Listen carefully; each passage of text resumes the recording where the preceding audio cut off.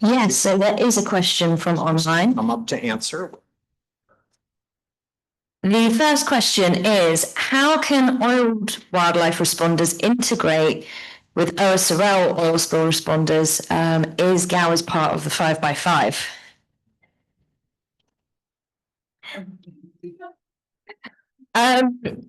How do wildlife responders integrate with OSRL's oil spill responders? I feel like this may be a question for myself. So, for those that don't know, OSRL has a 5x5 service, which is 5 responders free for 5 days. And life responders from GOWS and CLM are not part of that. We are integrating. Here, I will take this, you take this. Yeah, you get that light. So that's the answer.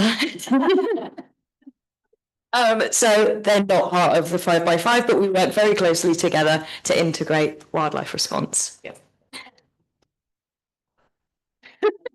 Now I give that back to you.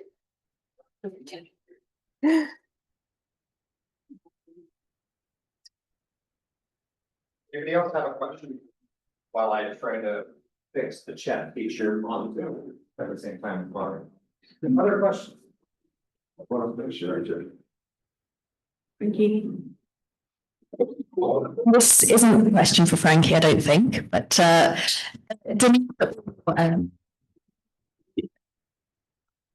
that GOWS hasn't been recognized yet, but I understand you've done lots of practices. So what does that time frame look from having an instant notification, selecting your assessment team as your quantitative method, and mobilizing? So that's either boots on the ground or, I don't know, confirming airplane tickets or something like that.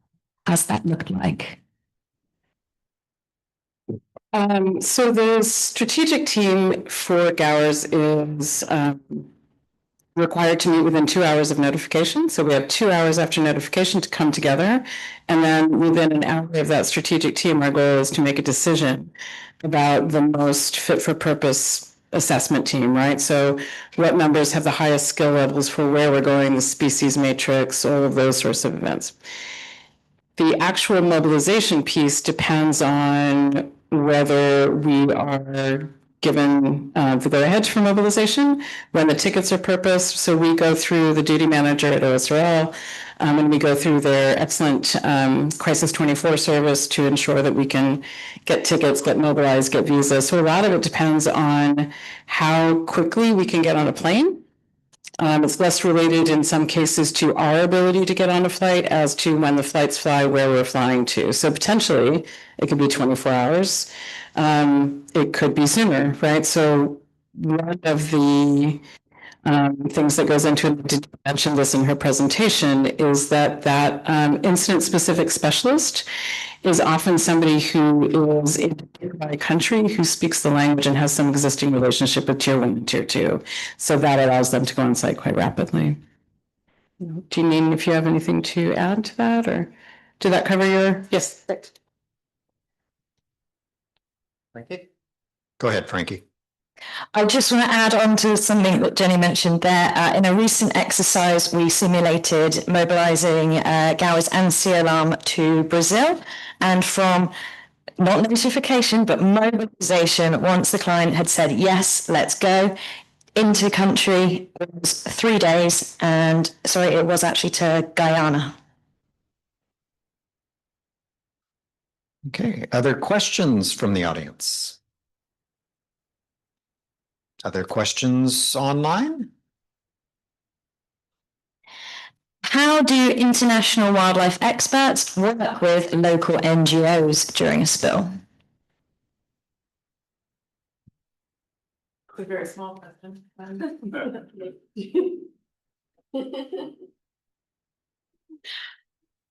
Why am I chair of GOWS at this particular moment?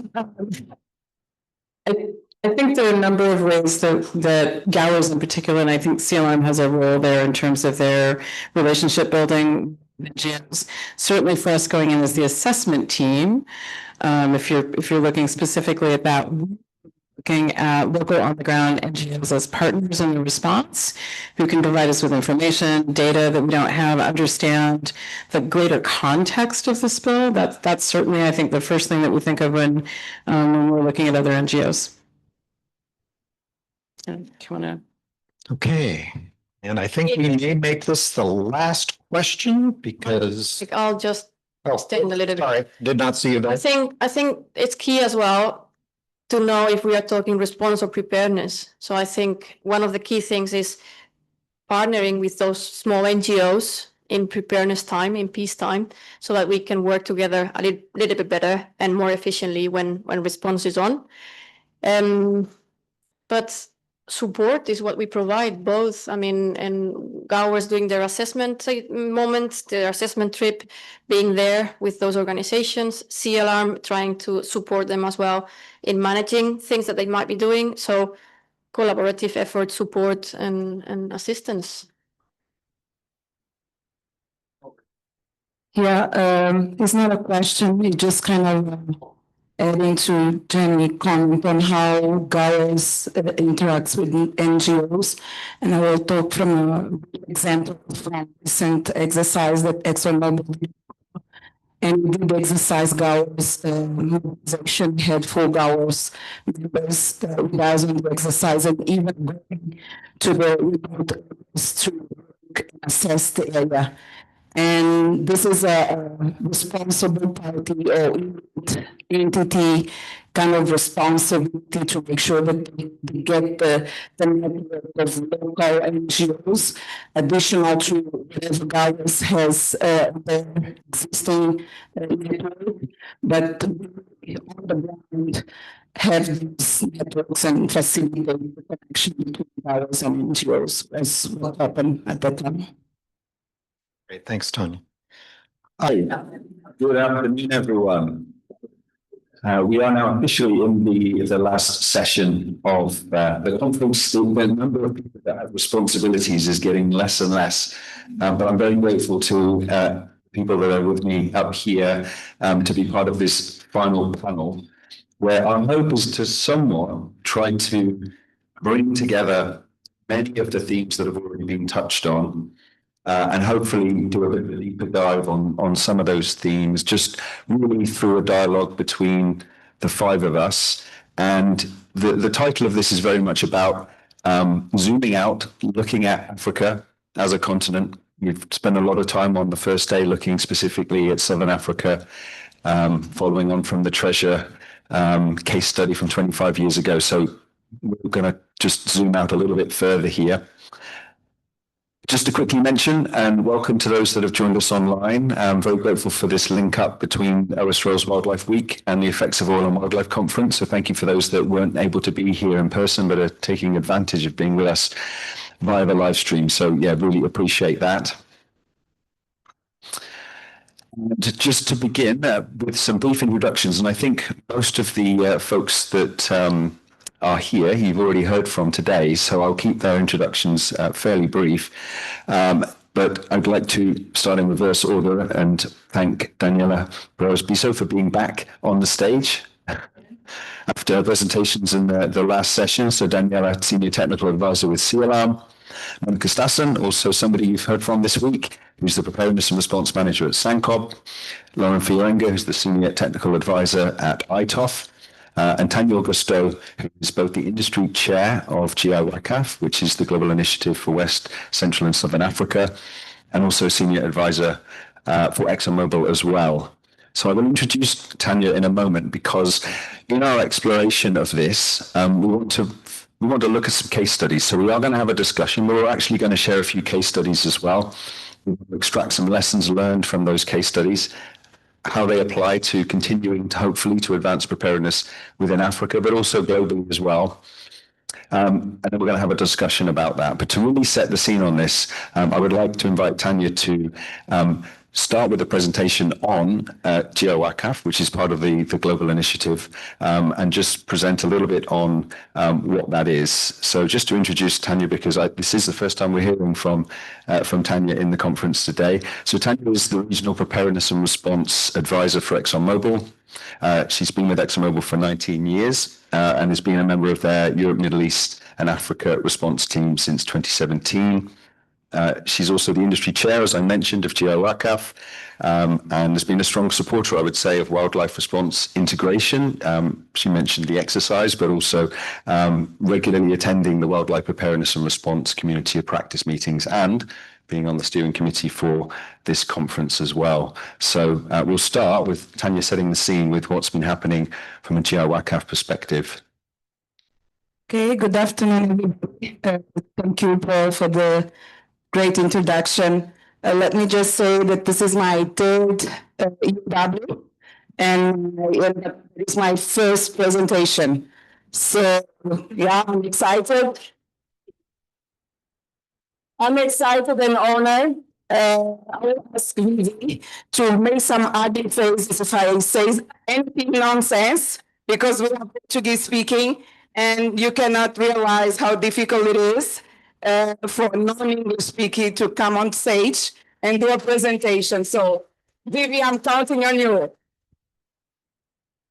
But anyway, so I'm here to talk about global initiatives for oil spill preparedness and response processes in general, and then I'll bring you to the regional global initiative for West Central and Southern Africa. So what are the stimulus of those global initiatives? This is a IMO, International Maritime Organization from United Nations, and IPICA, the Global Oil and Gas Association for Advancing Environment and Social Performance, stems from the PRC 1990 protocol or convention to call governmental authorities to work together with the industry and build this oil spill response capabilities in a national level, regional level, and international level. So, what about those global initiatives? So there are long-lasting, successful partnership between IMO and IPICA, as I mentioned, has actually been launched in Cape Town in 1996. IMO has a very good approach to regional cooperation to promote those bilateral and multilateral cooperation through existing frameworks in the region. So the main objective of this partnership between IMO and IPICA is really to support countries to ratify and implement international conventions and standards for oil spill response and preparedness, encourage and facilitate the development of oil pollution response capabilities, and then make sure that it can be a catalyst for cooperation between industry and governments. So those are the main three objectives of those global initiatives. Okay, who help us doing this? Who are our key partners? I mentioned about IMO, which set the grounds and the standards to liaise with government, the IPICA that brings oil and gas industry to the table, and then there are key other important supporting organizations like the IOPC farms, the ITOP. We have representatives from ITOP here, governments, local industry, NGO organizations, and existing regional agreements. Like we hear, I think it was yesterday or the day before, about the Benguela Current Convention. There is the Nairobi Convention. There is the Abidjan Convention. There is a lot of other agreements, regional and international, that we leverage to develop our activities throughout the world. Okay, so this is just to illustrate what are the main established global initiative programs. So we have the OSRL, that is the GI from Caspian Sea, Black Sea, and Central Eurasia. We have the WCAF, and again, the names don't always resembling what these organizations represent, but initially it was West and Central Africa, and then after several years, we just included the Southern Africa. So currently, GIOCAF looks at West, Central, and Southern Africa. And there are a lot of conversations to see if we can start to look at the other side of the coast of the continent. There is the sea, which is for the Southeast Asia. And recently, there is ongoing conversations between the GI to create or revamp Caribbean region GI.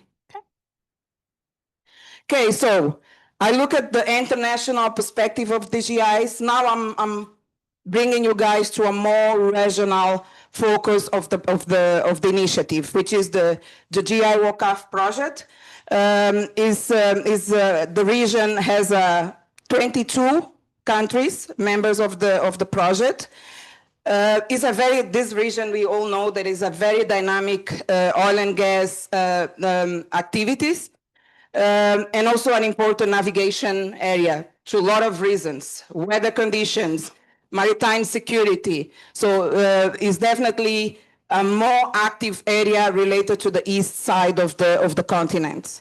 It has been created, GIOCAF has been established in 2006. The main objective is really to enhance capabilities of states to prepare for respond oil spills.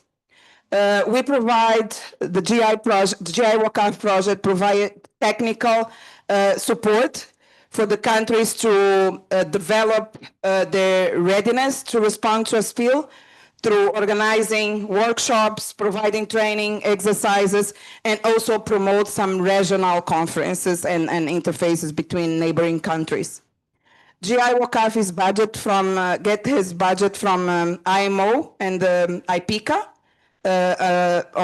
through the 8 oil companies, as you can see from the bottom side of the slide.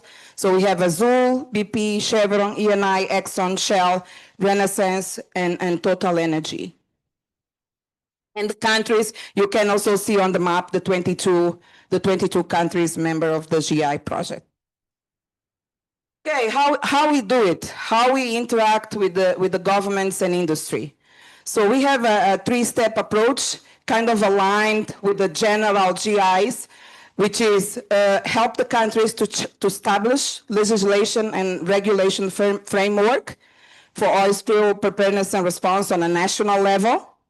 Then on the next step, we help the states to implement those legislations, like operationalizing those legislations through policies, procedures, operating procedures, so then to make sure that they can operationalize those legislations.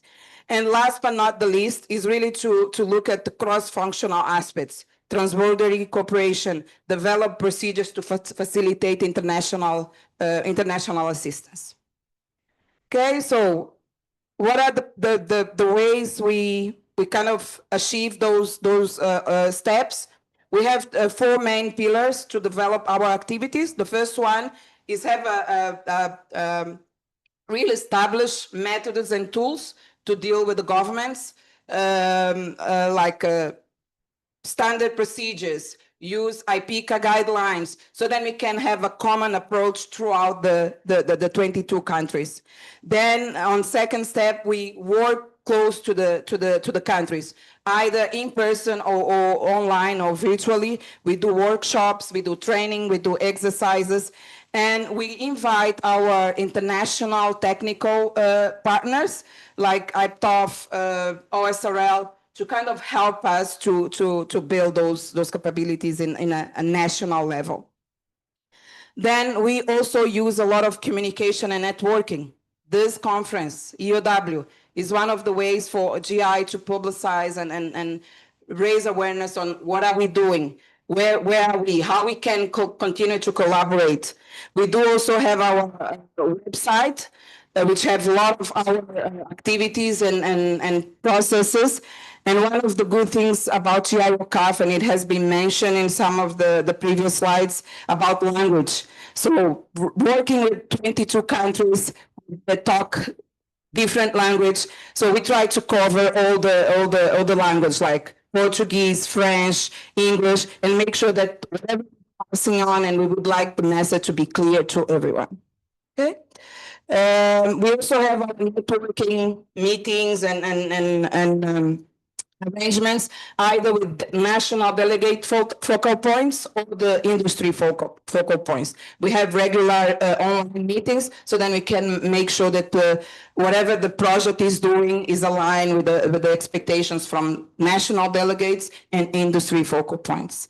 Then on the fourth step, we do also regional conferences. Every 2 years, so I forgot to mention that our program is a cycle of 2 years. So we have a work plan for 2 years, and at the end of a specific cycle, we do a conference. And I will talk a little bit about more about what what are the objectives of those regional conference. So it's definitely review the progress of the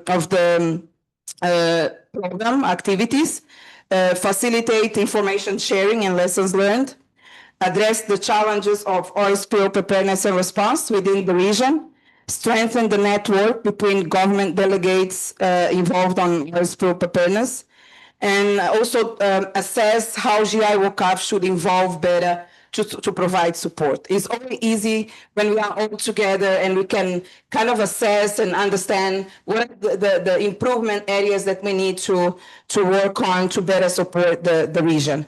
And at the end, with all those lessons learned, sharing of concerns, we determine the priority of the next 2 years. So then we build a plan for the next 2 years for the next conference. Okay. So we have realized or conducted 10 conferences in different of the countries members, which help us to kind of be diverse and make sure that everybody is involved on the process of setting the priorities, sharing lessons learned, and show how they progress on their countries on the oil spill response and preparedness. Okay, so it's not just about oil spill.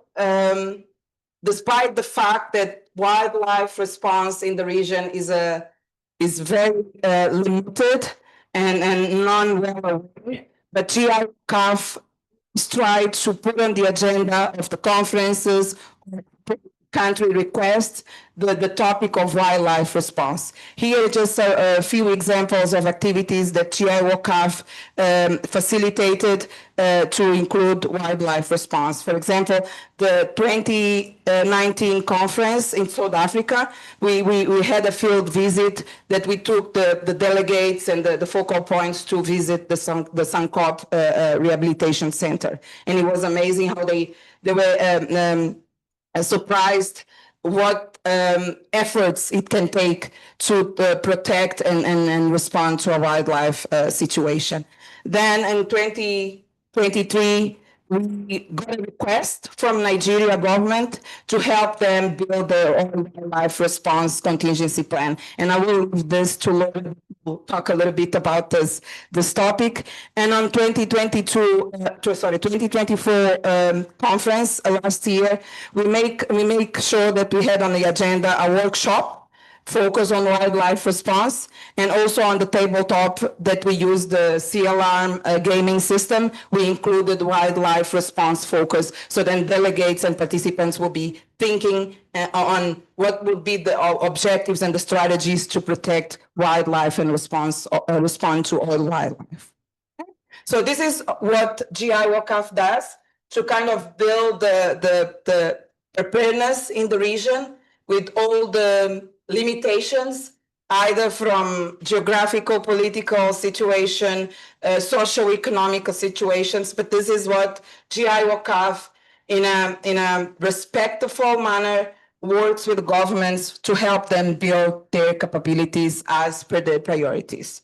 So my next slide is my second last, and I want you guys to bear in mind this slide, because it will set the stage for the panel discussion or questions that we'll have right after. So this is just a picture of oil and gas outlook in the sub-Saharan Africa.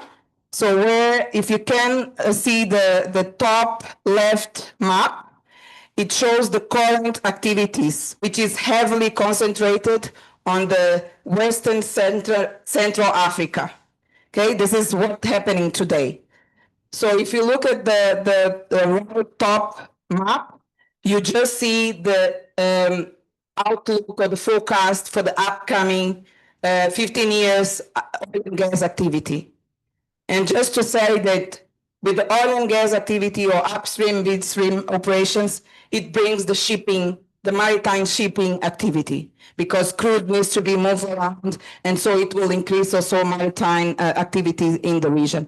And the bottom middle graph is just a combination, and I just keep this one so we can see how busy the region will be for the upcoming years. So with that, we can see that there will be an increase on the oil spill risks.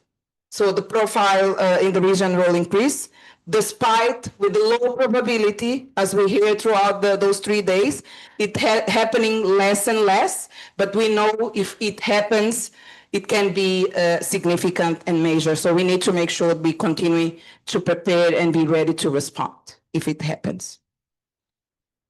Okay, so now in conclusion, so GI will continue to do the technical support to the governments in the light of the OPC convention, and continuing to enhance the capabilities of the states or governments to prepare and work with the industry on the spill response. And it is not just oil. We're also starting to look at HNS spills. We had a lot of some of the workshops talking about non-oil spills that are already in a rise on the risk, and also to encourage cooperation between industry and governments. So we will be here constantly adapting to the new challenges in the region. So the high oil risk, the sub-region protocols, and oil spill preparedness and technology. We will be continuing helping the governments to build their capabilities. So my last phrase, and if we count, probably communication, collaboration, cooperation have been said throughout the week many times, but is the key. Is the key. Communication at national level, regional level, international level will put us on a better position to cooperate in a spill situation. And when I say communication, language can be a barrier. And we need to make sure we start to build those relationships ahead in a peacetime, so then we can understand each other on the real event. Thank you.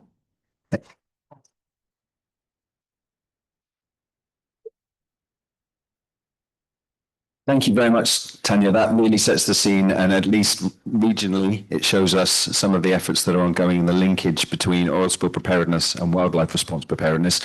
What we're going to do now is take a little tour around the continent, and we're going to start with West Africa, because Tanya already alluded to it, that Lauren and Monica were involved in some activities in Nigeria. So we're going to start in West Africa, and we're going to work our way around. Actually, we're going to go counterclockwise, but Lauren, I'll to that. You go ahead. Okay, yeah, so Tanya already mentioned this particular case study that we wanted to highlight in this panel. So in 2023, Monica and I, representing SANCOP and ITOF, undertook a workshop looking at oiled wildlife preparedness and looking specifically at getting a oiled wildlife contingency plan for Nigeria. This came at the request of the government of Nigeria and was facilitated by GI WACAF. I had a little look in preparing the slide at kind of the history, trying to dig through where this sort of came from, where this ask comes from. And there was quite a big spill in 2011. And we saw that actually previous to anyone on this panel's time in our organizations, there was a GI WACAF preparedness workshop following that spill. And we will talk more a little bit about that and the fact that incidents often instigate workshops and preparedness and an idea of identifying gaps. But there clearly was an incident that was quite big and identified gaps, and there was a workshop of which oiled wildlife was a section of.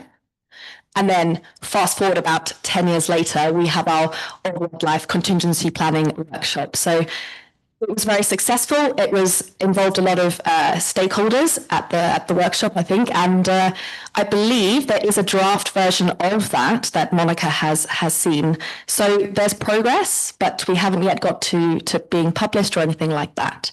So that was just a zoomed-in example Tanya was mentioning. Thank you, Lon. So we'll stick with West Africa and then we'll keep moving on. Yeah, so still in West Africa, but covering 3 countries of Mauritania, Senegal, and the Gambia.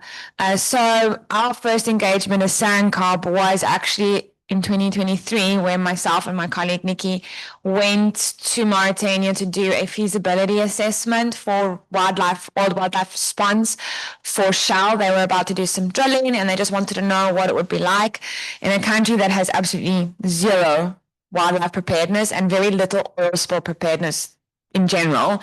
It was a really educational exercise, an eye-opening exercise into cultural differences, language barriers, and perceptions around wildlife response in countries that wildlife isn't a priority.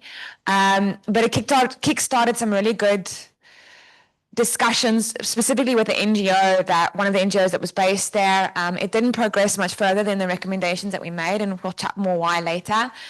But 2 years later, we landed a contract under the UK government's Ocean Country Partnership Protection Programme to host a workshop that aimed to draft a sub-regional oil wildlife response plan.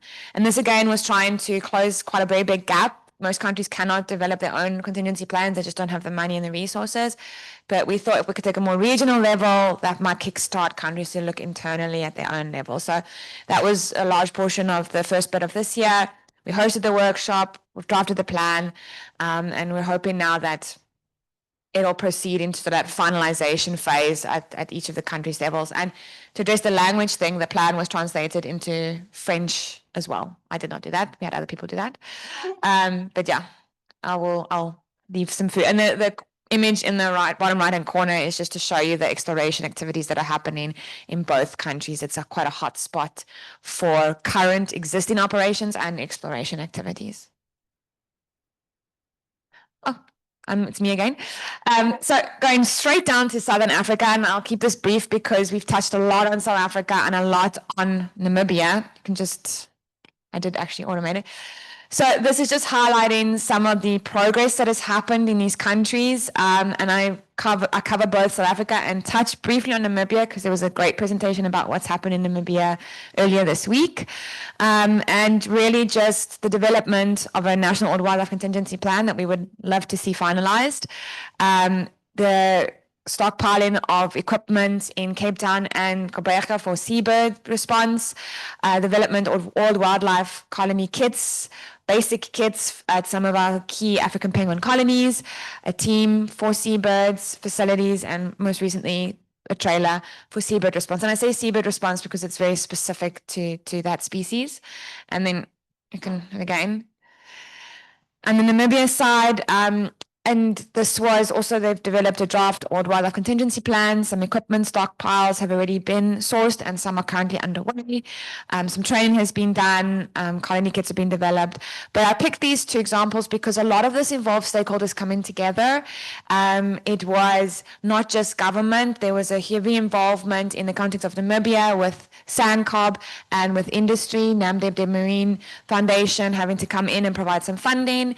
And then in the South African context, some of our training and plans were funded through industry as well as organizations such as the Benguela Current Convention or AZA Safe out of the US funding equipment. So it was sort of this really stakeholders coming together to boost and try and improve wildlife preparedness in the region. back over to me. So we're going to move around just to highlight some of the activities that have gone on recently in East Africa. This region has been consistently active, but we've seen an increase in the momentum in oil spill preparedness in this region.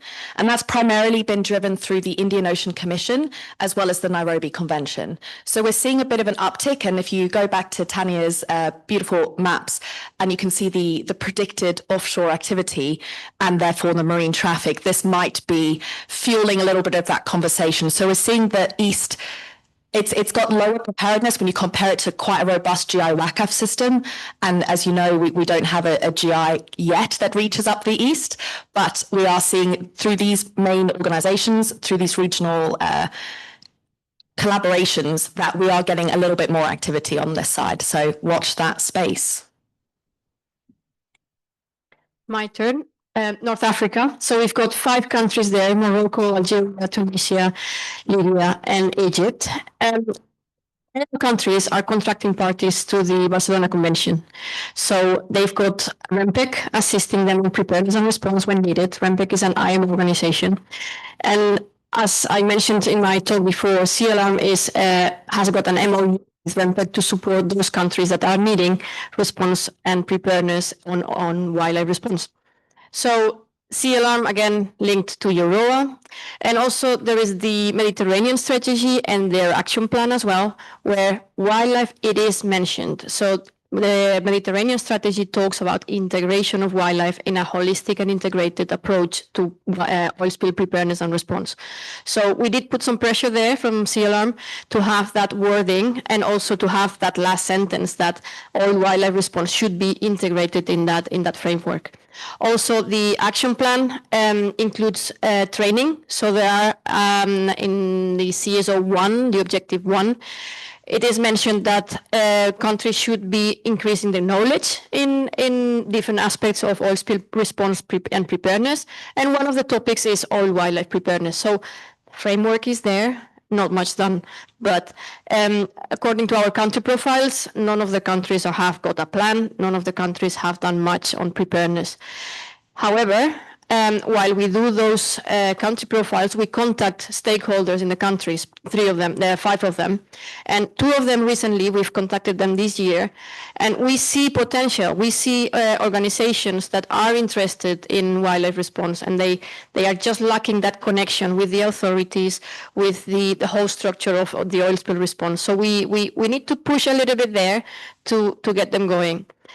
Projects in 2010, a long time ago, CLARM collaborated with an oil industry, an energy company, to do an exercise where the wildlife component was included. Also in Libya, we did a planning project and we drafted a wildlife procedure. Again, that procedure was done in 2013 and it was done remotely because of safety issues. So that's also something we are going to talk later about, safety in Africa. So we couldn't go into country, but something was drafted. But again, on the shelf.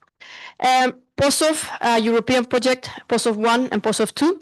So we know that we have trained on a basic level oil wildlife response, some volunteers on 5 of them, those countries. But again, long time ago, and they were just volunteers, so we cannot expect anything from that. And then there was Mapoko project from 2019 and 2020. We developed what we called a self-assessment tool. So all the countries from the Mediterranean region that are binded to the protocol, to the Barcelona Convention, can have this tool to complete a self-assessment on how much they are prepared on wildlife. Some of those countries have done that assessment tool, scoring not very good, but at least they did it, and which is good. The self-assessment tool is still a tool that we are promoting in the Barcelona Convention and the REMPEC meetings. We encourage all those countries to keep completing it so that they can track how much they are improving or not. Again, as much as we can do. I mean, it's each country's voluntarily willingness to do things, and we keep poking them, but there's so much we can do. Great, thank you very much. Just really good to just paint a bit of a picture of just some of the initiatives that have been happening, some of the developments out there in the wider region. So we're going to tackle a few different themes here. And I think in terms of that risk landscape, it has been touched on a few different times through the conference. So in the time we have, we'll try to get really into the nuts and bolts of this. But maybe Lauren, if I come to you first. So there is a changing risk landscape. And I think it's safe to say that it's creating challenges just for oil spill preparedness in general. So what are the implications? What is that risk landscape? Maybe just to summarize, but also what are the implications or the challenges then for trying to make headway or to prepare from a wildlife perspective? And are there regional differences in terms of maybe that risk landscape and how it has an impact? Okay, thank you. I do think we've covered this in a few different ways throughout the week, but for those of us who are joining on the live stream and perhaps haven't had the opportunity, I will just reiterate all of the themes that we've spoken about, which is the vessel rerouting. And if you don't mind just going through to the next slide, just to illustrate, you can see that through Red Sea security issues, we've got this vessel rerouting around the Cape. So we've got more traffic coming round, and that obviously just by pure numbers increases the risk, right? We've also got climate change and weather-driven events. So again, last year in South Africa, there were a spate of incidents that were happening in the winter here, bad weather, inexperienced crews, more vessel traffic, congested shipping lanes.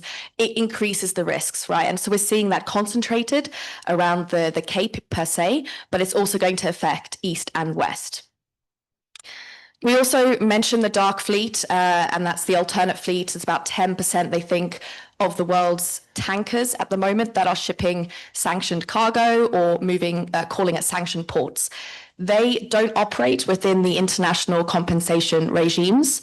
So if an incident occurs involving one of these vessels, it's going to be a lot harder for cost recovery with this vessel. And that again increases the risk. And we are no strangers in this room to difficulty of funding. So that's another risk factor.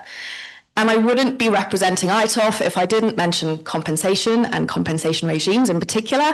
So we do have, since the 70s, we've got these international conventions that help to dictate where compensation you can get it from, how much you can get, and what's covered, right? It's been since the 70s, it's very well established. But with these alternate fuels, we don't have the same robustness in our legislation, if any robustness. So we have the H&S Convention that's hopefully coming into force, and South Africa is one of the countries that has ratified this, but it is not yet in force. It needs a few more countries to sign on to reach the minimum requirement. So we're looking at 5 to 10 years best case. When that is in force, it will cover impacts from H&S, hazardous noxious substances, as cargo. It will not cover, currently in its form, H&S substances as fuel. So when we're talking about using ammonia, when we're talking about using hydrogen as fuel and having an incident and having impacts arise from that, there is currently no legislation that will allow us to progress that quickly and have a clear route of compensation. So that is a significant risk factor. And especially when you look at the Cape and you look at the vessel traffic here, we've got a lot of container vessels coming around, right? So the other pollutants, and we've seen this with plastic pellets in South Africa, the risk of other pollutants that are not covered by any international conventions is there. We've seen it happen already, and the risk is not decreasing. I think that's it for me. Did you want to mention this other slide as well? So of plastic pellets, this is just a graph.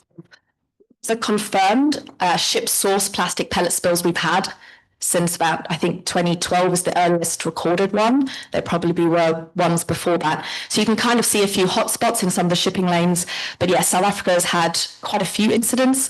And as you can see, because of the different currents, the plastic pellets get spread very, very quickly over a very, very wide area. So large stretches of this coastline can become contaminated very quickly. Thank you, Lauren. Tanya, do you want to just add to that? And I'm just thinking about the focus that a lot of countries are going to have on some of these new risks and how can, wildlife make sure it sort of gets incorporated into some of that thinking. But anything you just want to share in that risk landscape context? Yeah, so Laura mentioned those climate, marine shipping activities. So I will keep looking at oil and gas activities that will continue.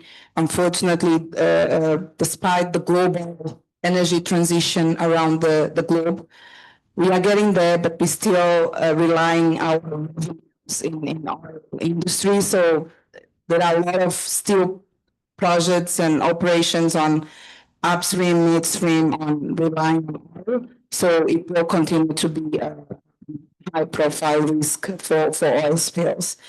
So related to how we make sure that the oil spill response and wildlife preparedness kind of increases along with the risk is really those types of global initiatives and regional collaboration and cooperation, boots on the ground, make sure we involve the local communities to understand the risks and the disadvantages of having a coast being affected by oil or any other type of chemical product, and keep the conversation. And we saw on some of the GAU's presentation, mobilizing people to our risky places and also safety. And even some of those beaches are not really accessible. So those are some of the challenge that the wildlife response teams need to face to kind of be ready to respond and prepared to respond. Thank you.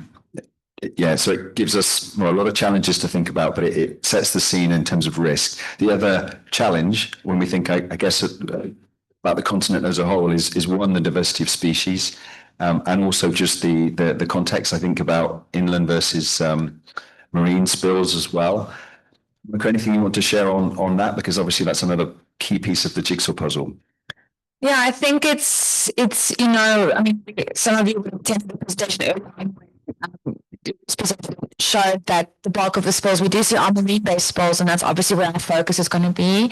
And we get quite comfortable with how we respond, how we tackle seabirds, how we handle them. But there are other incidents that can happen, and we know from other examples within Africa that there's other species that can be affected. And I remember a discussion where someone said to me, "Oh, well, we could get camels oiled.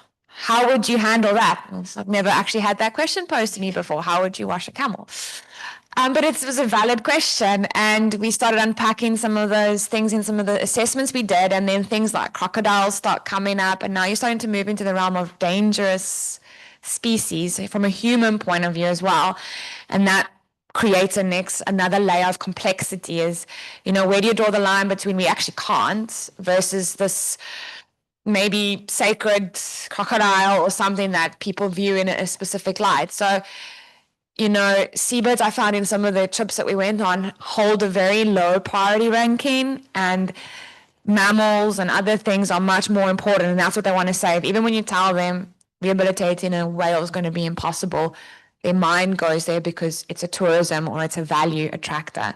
So you kind of have to learn to understand the context of the region and the people you're speaking to first, before you can just straight out of there say yes or no. Dana, you want to add to that? I'm asked to do it, right? The strategy is definitely, different species, different strategies, and we guys are talking all the time about birds, marine mammals, marine animals, marine birds, but what about any inland species? So they've got different protocols, and the strategies might be completely different. And we were talking yesterday, I think it was, in the hazing and deterrence session, how important that is. So inland spills, we might be relying on primary and secondary strategies, because the tertiary strategies, so capture and rehabilitation, might not even be possible. And to add to that, I think the close. Okay, that's what I was doing wrong.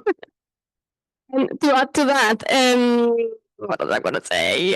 The local knowledge, I think, is key in those aspects as well. So the strategies and the protocols that you will need to follow I don't think tier 3 expertise will have all the knowledge about each individual species that we might find inland. So, and especially in Africa with that range of biodiversity. So I think the local knowledge, the rangers, they will know how to deal with a hippopotamus. They will know how to sedate it, how to, I don't know.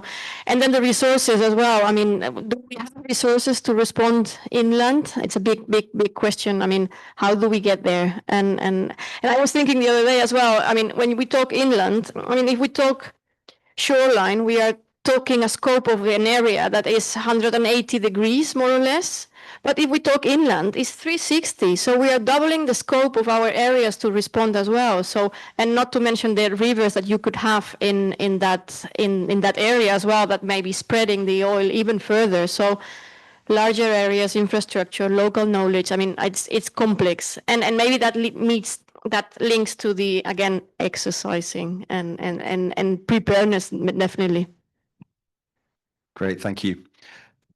So just going back to the case studies, examples are interesting because they show that these initiatives are being triggered in different ways by different stakeholders. So I'm just curious, are we seeing a trend in terms of how or which stakeholders are initiating these activities? And is there a sort of recipe, or is there a way that we can ensure that they do sustain? Are there barriers that you see where, you know, maybe something happens and then it's really hard to keep it going? So I guess coming back to you, Monica, you know, do you see trends in that? Well, I mean, you've obviously been involved in quite a few of these country initiatives lately. So it was actually funny when Laura and I were discussing this beforehand. The first thought that always comes to mind is two reasons. One, there's a spill, and then people panic, and then that's normally triggers the discussion. Or two, there's an activity that's about to happen. So there's an exploration that needs to happen. There's a project that needs to happen. There's a pressure. There's some sort of external driver that's pushing it.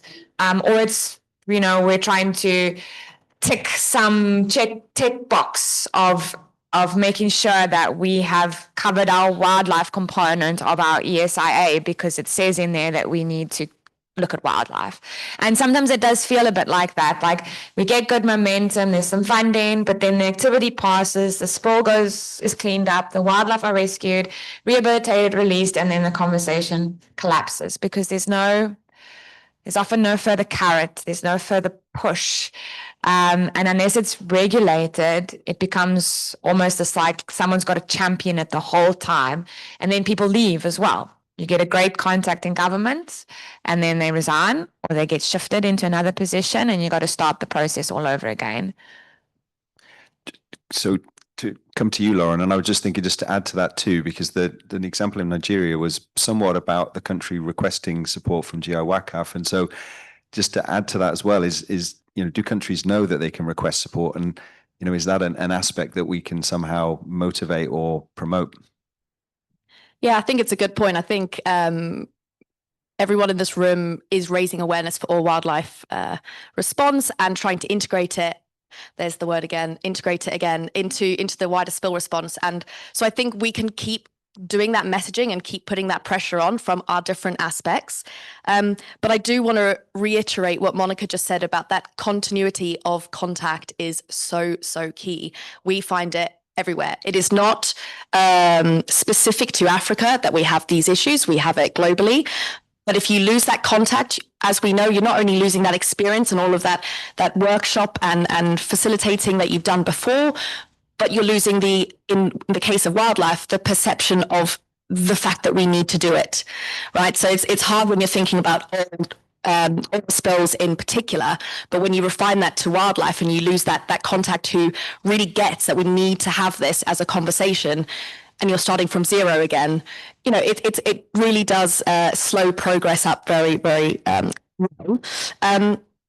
And the other thing I wanted to just reiterate with that Nigeria case study that the government themselves asked for it was that when you have government buy-in, it's great because there's clearly motivation. Whatever source of that motivation it is, they want to get this output done. And in that case, it was a contingency plan. So that's fantastic because you're not trying to push a boulder up the wall. You know, you're working with someone who already has that buy-in.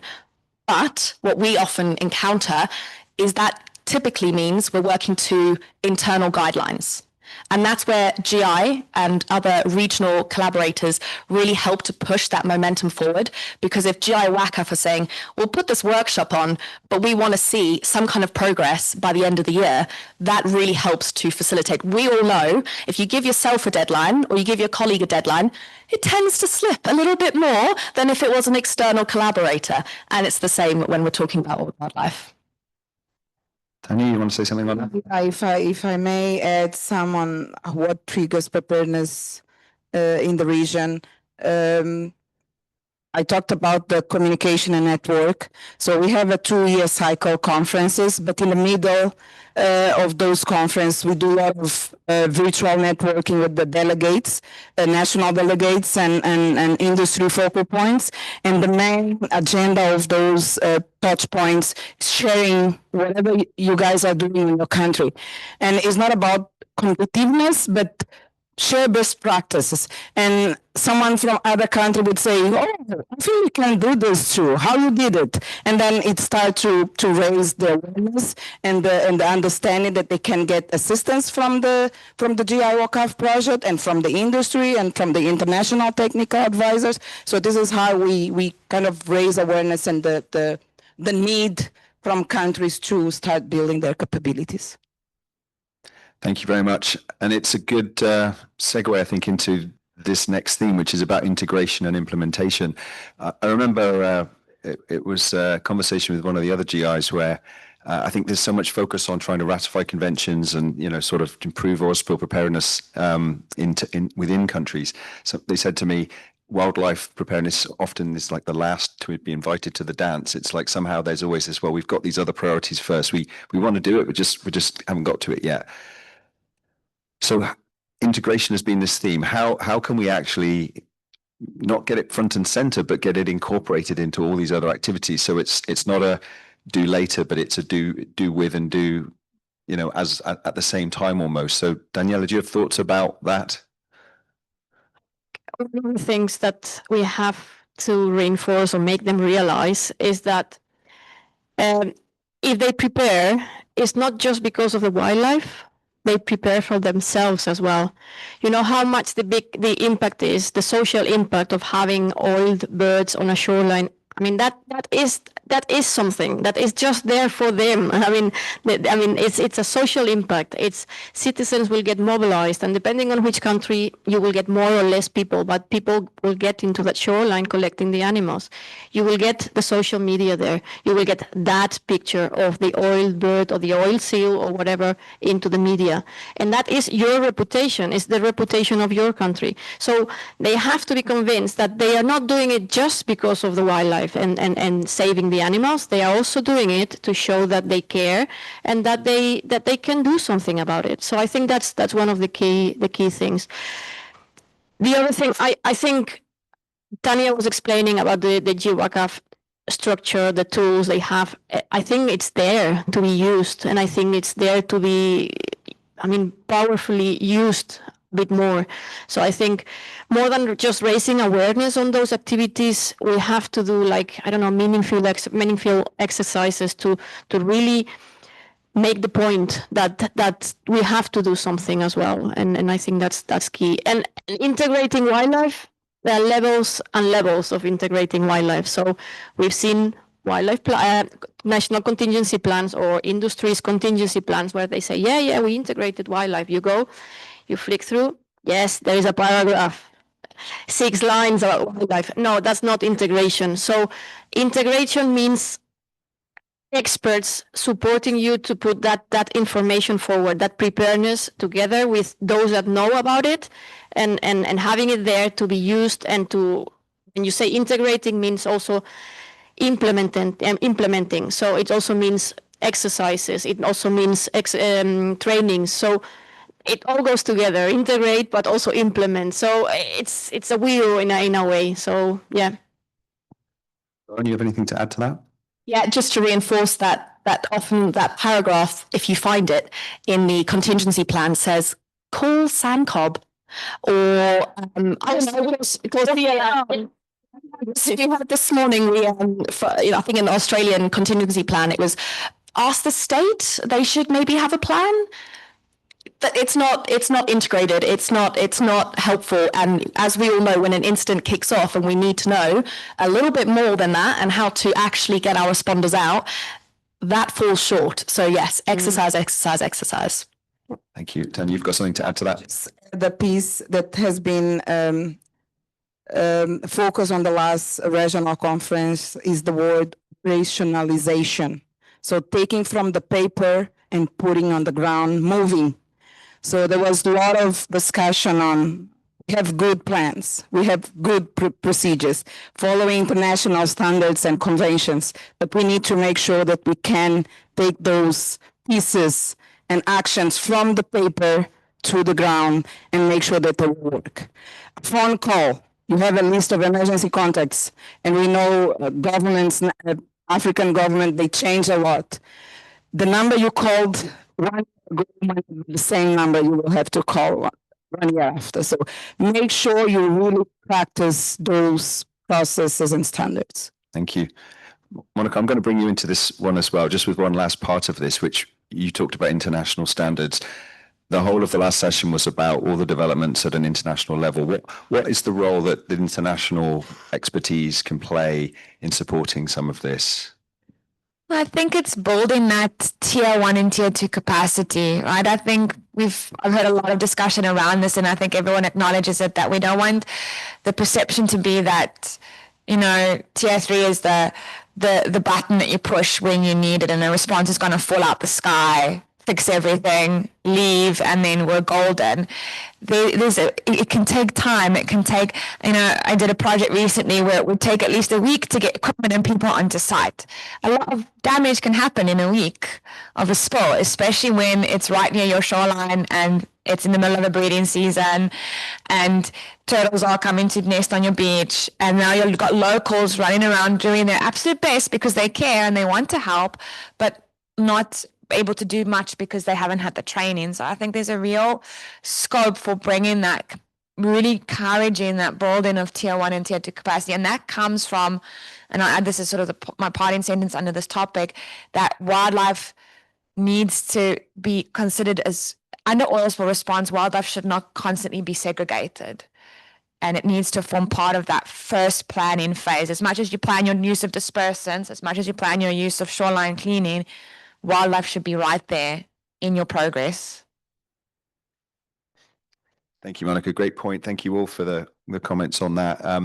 Moving on to our fifth theme here, which is more of that socioeconomic context, cultural realities of just, how does wildlife response and preparedness fit in with other priorities within a country? And I think, just thinking about that within Africa, I think the question is how do socioeconomic challenges affect wildlife response prioritization? I think there's different reasons to be prepared. There's maybe different motivations.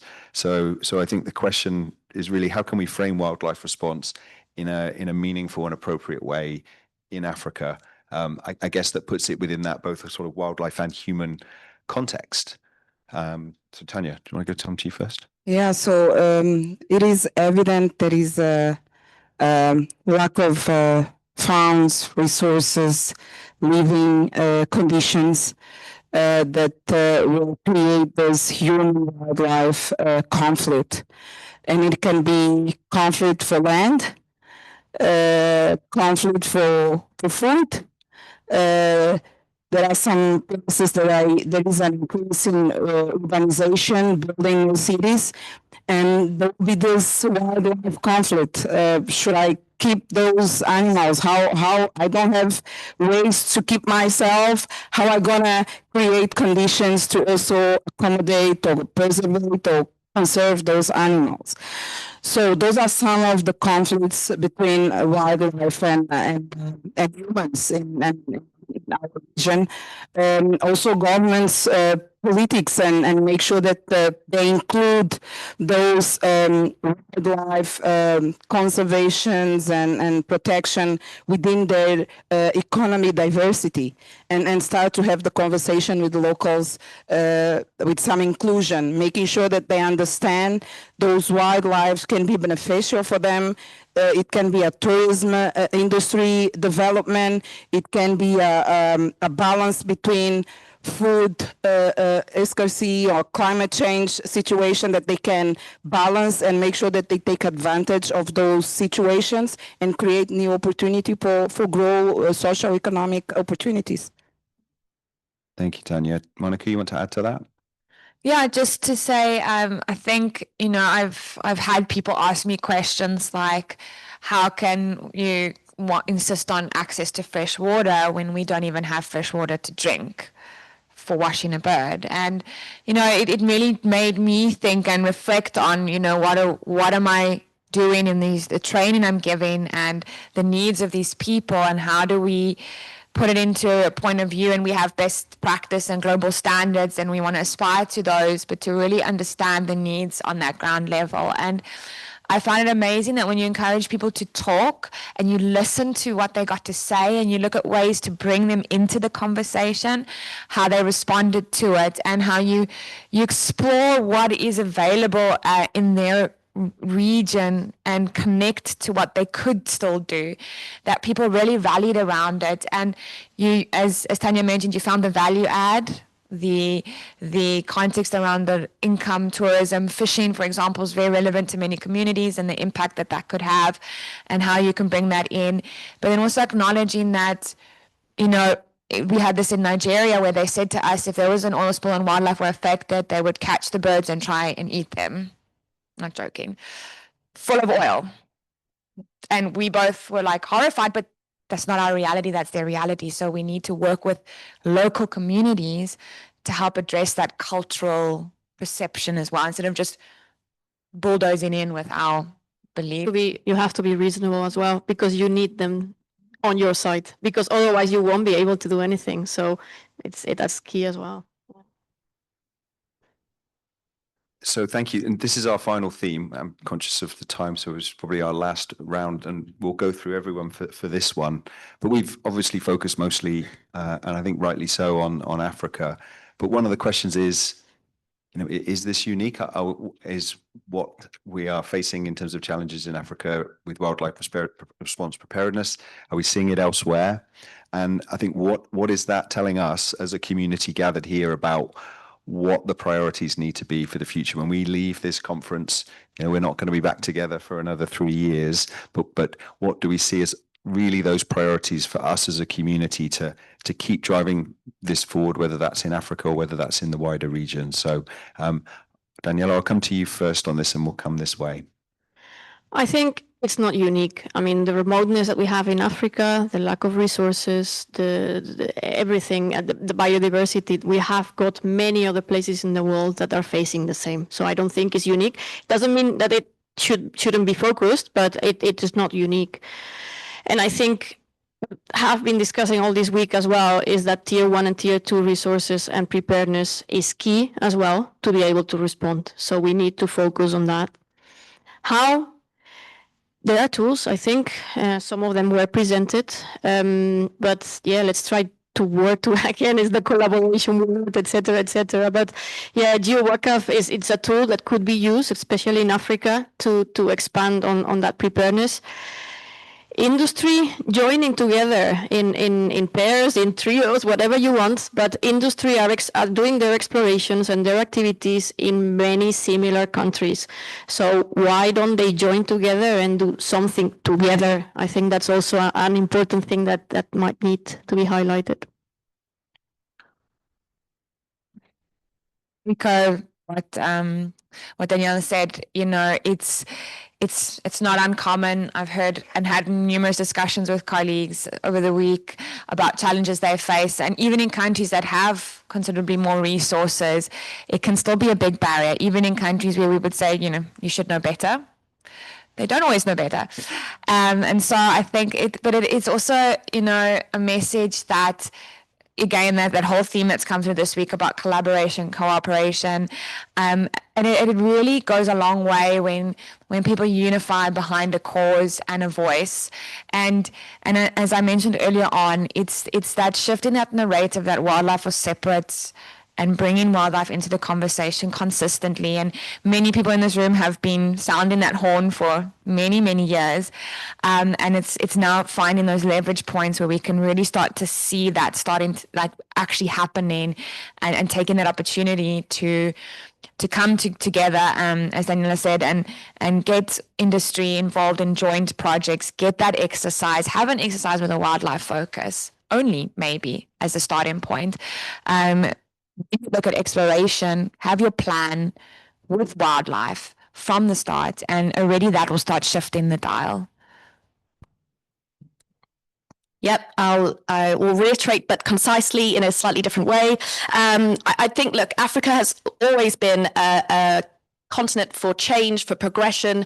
It's always been at that cornerstone, and I think today is no different. We're seeing it progressing with different types of exploration and vessel traffic, and we've got the old fields, but it is not unique to Africa. I would say Southeast Asia in particular is facing the same increase in vessel traffic, maybe a bigger increase in the number of dark fleet going around because of politics in that region. And so what I would say is keep our eyes on the horizon, because we might have lessons learned from other regions that Africa can very quickly use and adapt. So you're not alone in this in Africa. There are other areas that are doing it, facing the same struggles. And you know, if there is an incident and it happens to be in Southeast Asia, perhaps we can learn from it before it happens here. And then the other thing about how to really change this, I think it's just taking a organization or personal objective out of this to talk about wildlife response at every single engagement that you go to from here. And that's more for the platform that's, for instance, Tanya or myself or others have, where we're speaking to non-wildlife responders, right? That message needs to get out into the mainstream industry. So that's what I'm going to try and take away from here. Yeah, so GI WCAF, it's setting the platform to create a national capability first. So we're talking about tier 1, tier 2. And then the third stage is those cross boundaries, regional and international cooperation and collaboration. Those type of conference definitely help to raise awareness and create this network. And being the current GI WCAF chair, I had a conversation with my dear Stel and Stella from the South Africa government, and we just like, we don't need to be big. We can start small.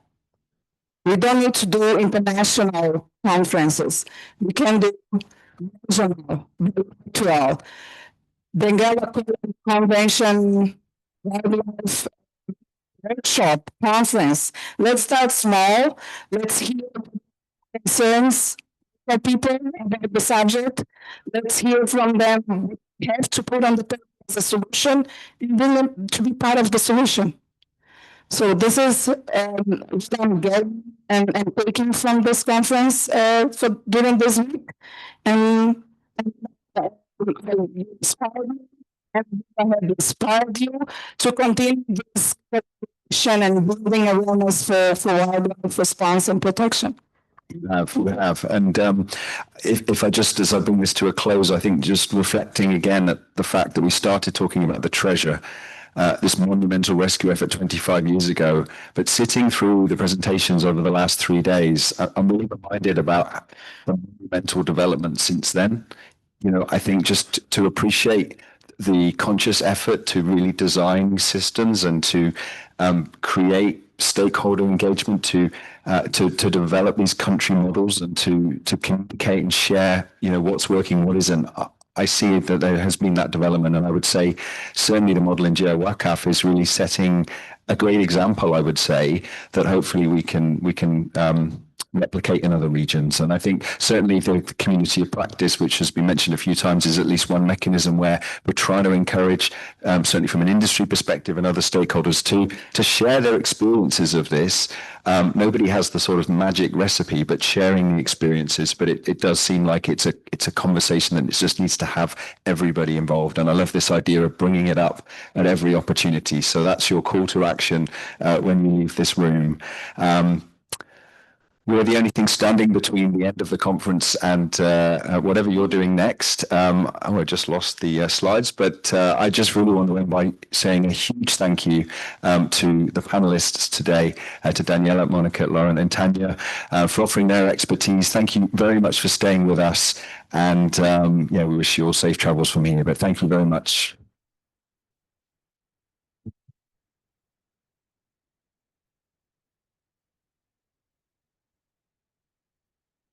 Okay, so don't go anywhere because I believe we're going to segue right into the closing announcements and acknowledgements. So you are welcome to step down. Thank you very much. I come to like, and those two are horrible. I'm like, oh my God.